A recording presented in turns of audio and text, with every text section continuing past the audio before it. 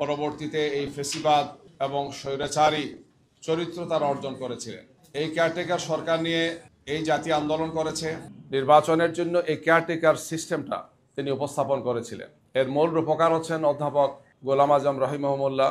তিনি বাংলাদেশ জামাত ইসলামীর আমিরে জামাতের দায়িত্ব পালন করেছেন।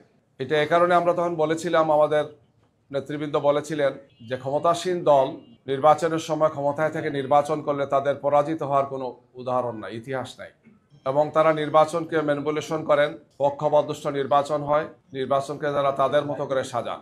এই জন্য বাংলাদেশের রাজনৈতিক সংস্কৃতিতে নির্বাচনকালীন সময় একটি নিরপেক্ষ তত্ত্বাবধায়ক সরকার, যেটার আমরা নাম দিয়েছি কেয়ারটেকার সরকার, এই ধরনের একটি ব্যবস্থা প্রতিষ্ঠার জন্য জামাত ইসলামীর পক্ষ থেকে 1983 সালের 20 নভেম্বর প্রথম এই প্রস্তাবনাটা দেওয়া হয়েছিল। 2025-এর 20 নভেম্বর এসে আলহামদুলিল্লাহ আজকে আমাদের মহামান্য সুপ্রিম কোর্ট, সর্বোচ্চ আদালত সেই রায়টিকেই, সেই কেয়ারটেকার সরকারকে আবার পুনঃস্থাপনের জন্য তারা রায় দিয়েছেন। আমরা সংশ্লিষ্ট সবাইকে মোবারকবাদ জানাচ্ছি, বিশেষ করে দেশবাসীকে মোবারকবাদ জানাচ্ছি।